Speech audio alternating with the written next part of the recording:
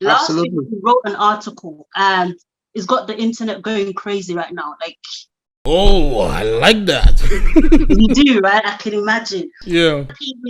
Getting the attention that it deserves, and because you're here to give, knowledgeable information to people, and we love the fact that people are out there for it. So right now, some of the questions, been to Instagram, I've seen a few questions there already. So the key question people want to know is, can they make money from Pi Network? Is there money to be made? Or do you even want to start a little bit about what is Pi? But I feel like you've touched on that in the article. So we're just going to focus on what people can do with the Pi coin and if they can make money from it. Yeah, thank you. That's the question everybody's been asking.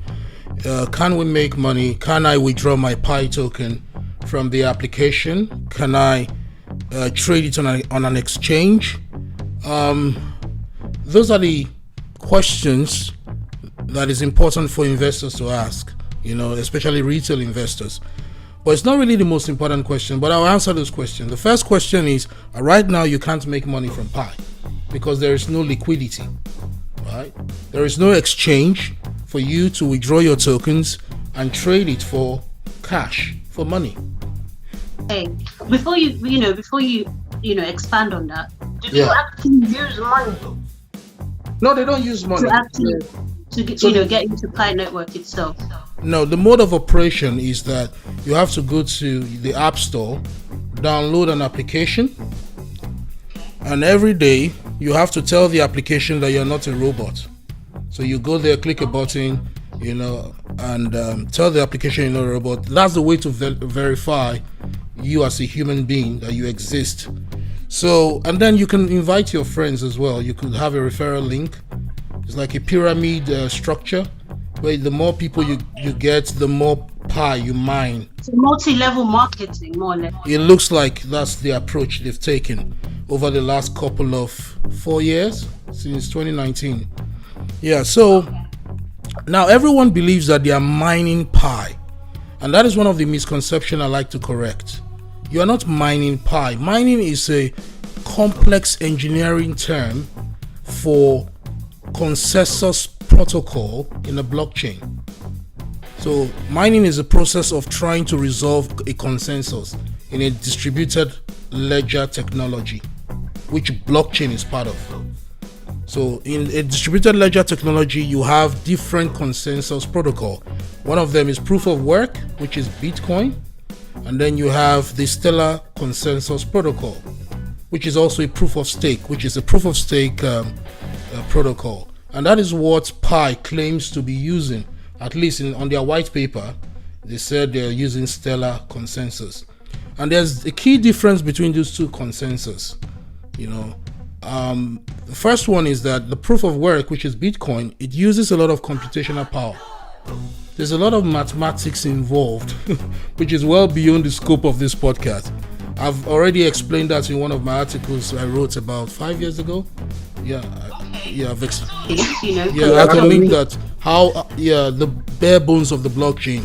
I wrote about the consensus of proof of work, how the computation happens and all that. So you need to use resources and energy, electricity, to actually mine a token or mine a coin. So mining is in the simplest form is trying to validate transactions on a blockchain. On your mobile phone, you're not doing any form of validation. That's not happening at all. What you are doing on your mobile phone is taking part of a system, a centralized system, which is Pi, that has found a way, an algorithm, to reward people just because they are clicking buttons on the application and inviting people. This is where next question comes in. Are they actually taking people's data? Because when they say something, if it's free, then you are the product. So people are also afraid that they're mining their product. Good question. So before we go into that, I'll briefly state again, a blockchain is decentralized, distributed, immutable, transparent. It's supposed to be anonymous as well. Anonymity is an essential part of the blockchain ecosystem. So we have the Pi network, which is a blockchain, and the Pi coin, which is an instance of the blockchain. So it's an application developed on the Pi network, right? That's what, it should be, if they're following the standard practice. Now, if you want to get your Bitcoin, let's say I want to send you Bitcoin, you want to be part of the Bitcoin network, you don't need KYC. You don't need to log into any application. All you need is a wallet, and the wallet is not going to ask you for any KYC requirements, passports, name. That's the whole point of crypto. It should be encrypted. Okay, it should be, but is this one? But it's not. So the first question you're going to ask when you download the Pi application is your mobile phone. Why do they need your mobile phone? Good question. If you want to be part of a decentralized, distributed network, why do I need to give you my information? There was a rumor some years ago, there was a rumor that there was a data breach, and users of Pi network data was exploited. It's in the dark web. But that's a rumor. We don't know how true that was. The founders of Pi, they came up to refute that claim. So we're not sure about that. But in a blockchain, you can't really hack it. You can't really take my data because it's not there. All that is there is my public key. Yeah, that's all is there, in my transaction history. You should not be able to tell who did what on a proper blockchain technology. Okay. So is Pi network already a proper cryptocurrency? Are they on the market? I know they said they were going to launch at some point, but they actually launched. They said they haven't put the blockchain in production yet. So they are still on the test net. That's another red flag, right? That's a major red flag. Most crypto projects of this scale, they have test nets. But in test nets, like for example Ethereum, you don't really make money on a test net because it's a test net. Everything is a simulation of what should be in production, right? So it's like how will I explain this now? It's like a test bed. It's like a test bed for your full deployment. If I want to deploy an application on Ethereum, I would do it on a testnet, and Ethereum has a lot of testnets like Ring-B, Gureli, and I can get Ring-B Ethereum money, right? I could use that to test my application. So having Ring-B Ethereum money, no matter how great the amount is, it does not equate to the actual Ethereum. I cannot transfer my tokens from a testnet to production. Okay. So it leaves me. It's not transferable. Yeah, it leaves me wondering how you're going to transfer a digital token from a testnet to production. A testnet is what it is, a testnet. Yeah. Wow. So why are people so drawn to it? Why are people so invested in it? Like people are so passionate and they believe in it so much. Yes, and that's something I've been wondering about, especially with one of the recent questions I got. It's not really a question, it was a statement. It was a comment on my article. The guy said that whether I like it or not, people are already joining this network. That my revelation and my expose, no matter how in-depth it is, it doesn't matter. Nobody's going to listen to me. So initially when I joined the crypto land, I thought a lot of people were just mere noobs and ignorant. And the reason why they fall for crime and scams is because they don't know. Well, it looks like people really want to believe what they want to believe. I think greed as well plays a part. It's a very powerful motivation, greed.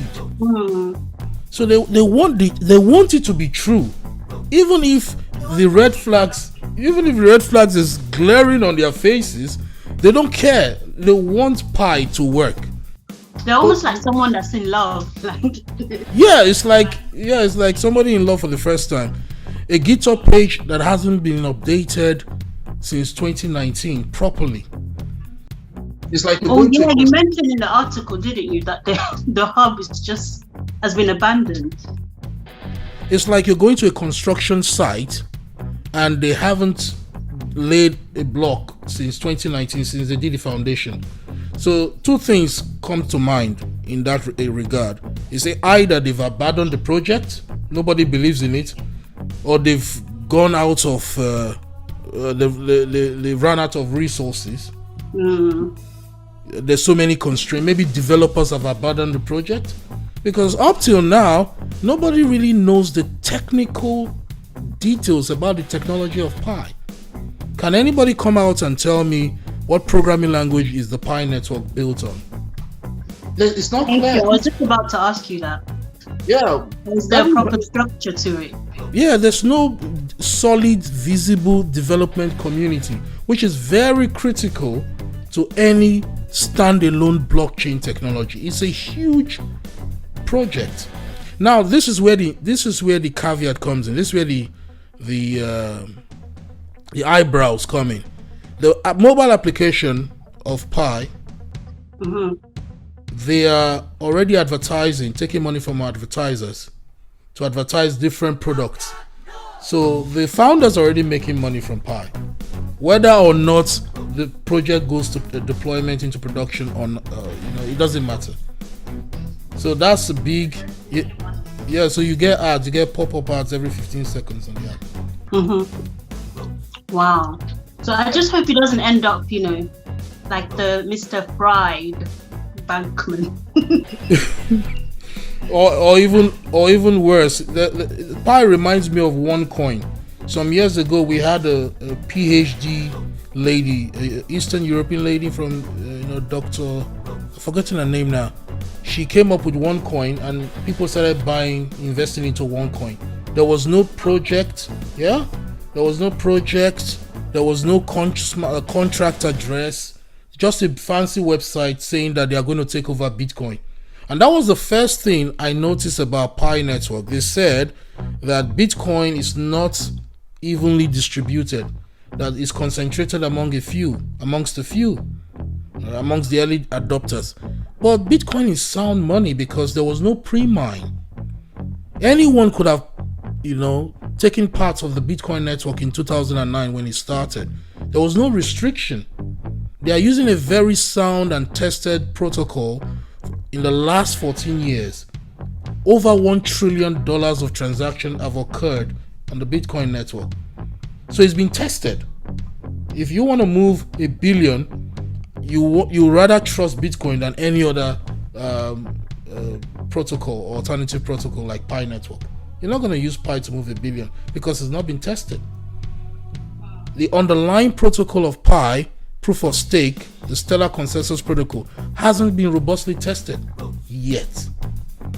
So why do I trust a protocol that is prone to centralization errors, prone to the risk of centralized governance, to a proven tested protocol that is purely decentralized from ownership perspective up down to the technology? And it's not anonymous as well, like you mentioned. Yeah. If the government can come and say, I want everybody that's invested into Pi, send me their data. People are already feeling like they're selling the data already. Of course. And I'm sure, who are actually, let me ask you this, who are the people behind Pi? I know it's like a bunch of PhD guys. Yeah, they are Stanford University people. Yes, people. Maybe not. So yeah, that's the new trick in the game. You have to use people that have some level of credibility. I've been invited into so many shitcoin projects. In especially in the last 2 years, since I've been very vocal about this space. People want to use your status. Yeah, they want a doctor. That their coin is valid. Yeah, so that they trust it. But the first thing I ask is, let's see the technology. What's your use case? What problem are you trying to solve? I ask all those powerful, quick 7-question liner, and I don't get a proper response, and I'm not interested. But that's because you care, though. Imagine if you were My like, reputation you had is more full important. intention, you go for it. My reputation is more important than the Well, money. exactly. Yeah, Exactly. It's because your reputation is important to you. absolutely. So what would you say to people who, after all this that you've been saying, you've shared on Medium in your article, you're sharing now on this podcast, what would you say to people who are still adamant that pi is king? If you're adamant that pi is king, really, you really don't have anything to lose apart from your time, right? Maybe your time and your personal data if you care about it, because they're not asking you to put any money into pi. They just say use your phone, and we're gonna give you some tokens as a reward, and we're gonna give you opium that one day, maybe just one day, we're gonna give you a proper roadmap. There's nothing much to say, If you're adamant you want to continue using your mobile phone as a data gathering device for these people, suit yourself, do you. do you, fam? Go Yeah. for it. Yeah. Go for it. Well, fair enough. But can money be made from it? One key question as we're rounding up. Can money be made from it? At the moment, no. I don't see how you can make money from earning some digits on your phone, and there is no liquidity. There's no clear understanding of how much is in circulation. How much of it can I get? So if the founders of Pi are going to keep promoting this project without clarity on the tokenomics, then it's a beautiful venture for them. But I don't think it's worthwhile. I don't think it's sound for anybody reasonable to spend their time on this. Yeah. Well, that's it. I can't argue with that. We've heard it from the RealCyberDoctor. It's not reasonable for anybody to invest their time. We can't say money because obviously it doesn't involve your money, but it involves your time and your data. So if you care about that, you might be mindful before going into it. Another thing also, RealCyberDoctor, is that I feel like they're targeting people in Africa, or am I just wrong? We find out after your article, there are a lot of Nigerian, Ghanaians, so many Africans. In Southeast Asia as well. Developing countries. Okay. So why is that? It's always been the game, US is highly regulated by the SEC. The SEC, and also the OCC, Office of Currency Control, which is a very ironic name. So they're heavily regulated, and you really can't slip up in terms of your execution when it comes to the legalities. So that is why when you mess up in developing nations, really there is not much people that can hold you accountable, because maybe they don't even care in the first place. So that's the easy target. Yeah. Oh wow.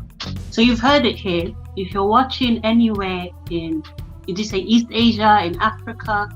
Ghana especially. Yeah, easy target. Sadly, it's sad to say, but it is what it is. So I know times are tough. We want to make money, we want to invest, but that's why it's important to do your research, listen to podcasts, watch podcast videos, read if you can. I would advise you to go back and read the article because it's really, really loaded. That's it. What do you have to say? Do you have any closing statement? I'm gonna put a link to those articles, the bare bones of blockchain technology, so that you can understand mining for everyone to see. And I'm also going to put a link to the recent article, Is Pi Network a Scam? Please note, none of these things we've said is financial advice. Do your own research. Learn how to do your own research. Consult financial advisors if you want to make any investment decision. Okay? We're just passionate people that know about things. We are not advisors. Okay. The amount of scam you've saved me from. Because out there you hear about crypto, you want to get into it, you're nervous, you don't know anything, you just want to get into it. And that's why it's very good to listen to sound advice. So thank you, RealCyberDoctor. Thank you, Kafy. Thank you for making this happen. Enjoy your day.